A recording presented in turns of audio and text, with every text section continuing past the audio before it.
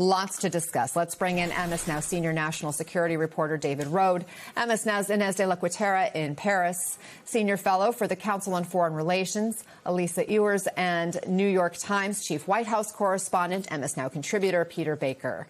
David, walk us through all these different updates from the president this morning on Iran. So there's a lot here, and in general, this is good news. The ceasefire in Lebanon is good news, and if the strait is reopening, that's great news.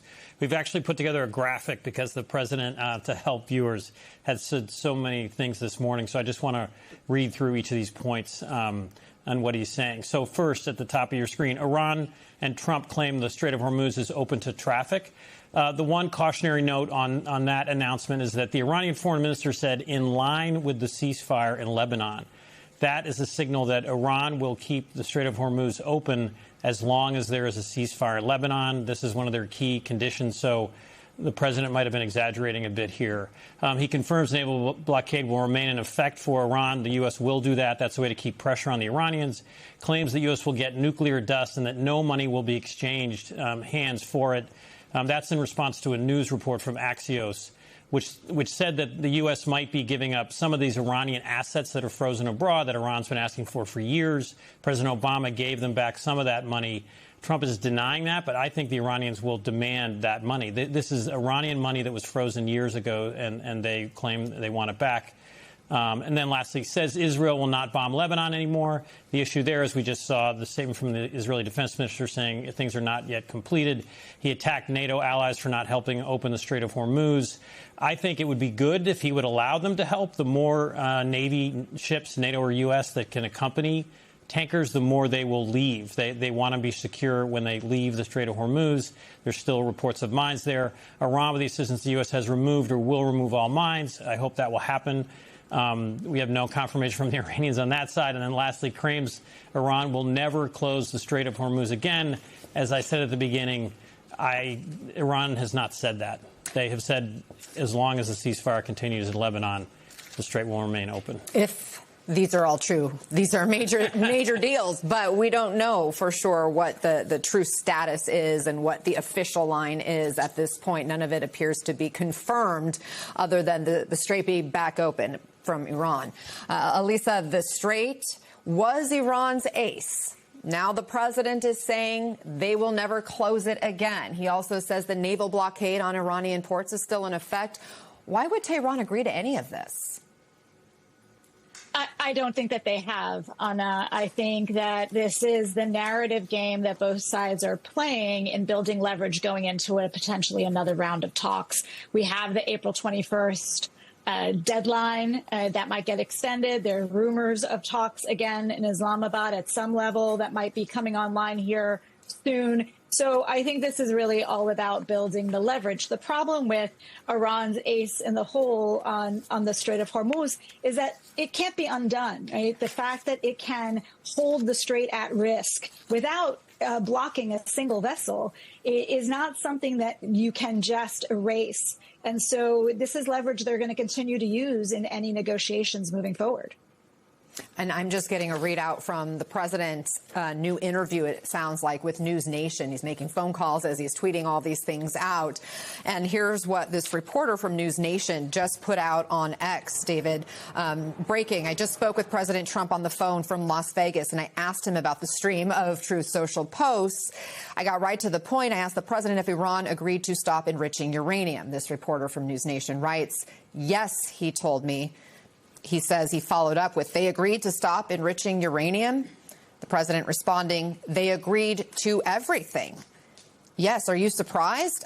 I asked, are you surprised? He told me, I'm not surprised by anything. Then he said, I'll see you later. The call ended. Your thoughts? No Iranian confirmation of that claim by the president. And we want to be cautious here. Look, it's great progress, Lebanon opening up the strait. But there's been no public statement that I have seen that Iran has agreed to stop enriching uranium. And Peter, President Trump is sounding very happy in these posts this morning, according to this interview that was reported out from News Nation. Yesterday, we heard him make bold predictions regarding oil and the Strait of Hormuz. Let's listen. I think we have a very successful negotiation going on right now. And I think it'll be, if it happens, it'll be announced fairly soon. And that'll give us free oil, free Hormuz Strait. Everything will be nice. And I think your oil price will go down to lower than what it was before. Peter, are you hearing anything about Trump's claim there of free oil? Does the White House think this is going to immediately alleviate the pain at the pump?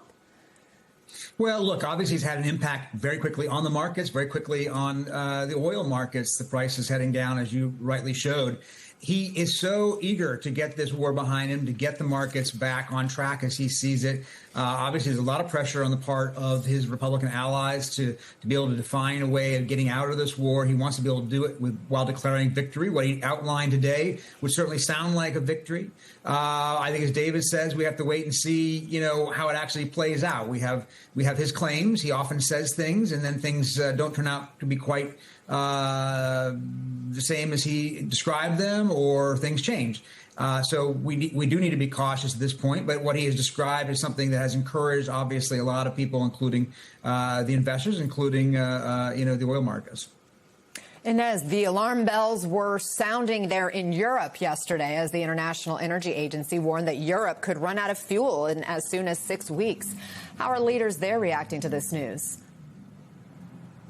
Hey, Anna. Yeah, critical discussions being held here in Paris today to talk about reopening the Strait of Hormuz, chaired by the French President Emmanuel Macron and the British Prime Minister Keir Starmer, who announced moments ago that together with Germany and Italy, they would be launching a multinational force to ensure freedom of navigation in the Strait of Hormuz. We heard from Macron moments ago talking about how he welcomes news that the strait is reopening. He says this initiative will help ensure that the strait stays open. So the Europeans there potentially trying to appease President Trump, who, of course, has repeatedly called on them to do more to secure the strait. But President Trump, you guys mentioned it off the top, lashing out at NATO allies today. So I'll read you the Truth Social post. He says, now that the Strait of Hormuz situation is over, I received a call from NATO asking if we would need some help. I told them to stay away unless they just want to load up their ships with oil. They were useless when needed, a paper tiger. So we'll see what comes of that. We know European leaders today at that summit are also discussing the economic consequences of the war in Iran.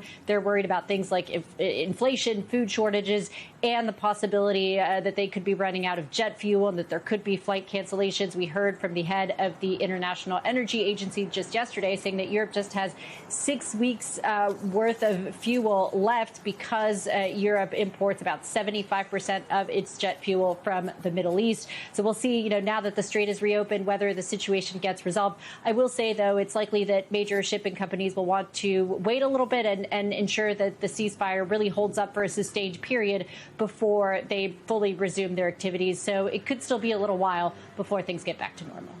David, turning to Lebanon and Israel, there's a very fragile ceasefire in place between these two countries. What's the latest on that front? It is holding, and that's the most positive thing. But you've got the rhetoric from both Hezbollah and Israel saying they're ready to resume this if needed. But this is a huge step forward. More than 1,000 people have died there. Nearly 1 million are displaced. And the fact that Lebanese are heading back towards these villages in the South Lebanon is a positive sign. I think the broad outlines of a deal are here, in that you have a ceasefire in Lebanon, the Strait of Hormuz opens up, and then the U.S. has to work out some deal with the Iranians. The Iranians, according again to this Axios report, are still asking for some type of uranium to be kept. They want some very low-level enriched uranium to use for medical experiments. This is all complicated and a long debate, but under the Nuclear Non-Proliferation Treaty, countries are supposed to be able to do that. Countries do that by importing uranium from other countries. That's one way this could go forward. And then there is this issue of this Iranian money. It is their money. It was frozen overseas when there were past difficulties. So the outlines of a deal are here, but we are not there. And I think some of the things the president said are overstatements. Elisa, Trump saying the U.S. will not allow Israel to bomb Lebanon anymore. That's pretty direct. It sounds like a message directly to Netanyahu. How do you think that's going to play in Tel Aviv? Well, I mean, I think Israel's made some pretty significant military moves toward Lebanon already leading up to this fragile ceasefire of only 10 days. And so I don't know what no bombing looks like. It certainly means that Israel is retaining a significant portion of territory in the south. It has decimated parts of Beirut, central and downtown Beirut, and was having activities in other parts of the country. So I think it's a message that the president wants to see if he can get to a deal with Iran, and understands that the Lebanon portion of this is something that it is integral to getting that deal. I don't know that this fragile ceasefire in Lebanon can hold out. Hezbollah obviously ready to resume if Israel makes any moves. So what's really going to be important here is that the framework for moving forward for Lebanon, independent of a deal with Iran, is set. We saw that meeting in Washington earlier this week. Secretary of State made all of the right statements with respect to getting that framework underway, but that's not going to happen overnight. The politics of this in Beirut are difficult. The politics in Jerusalem even more difficult. So it's going to require some very steady hand and some concentrated work by the U.S., and it's not clear to me that we're in it for the long haul from this administration to make that happen.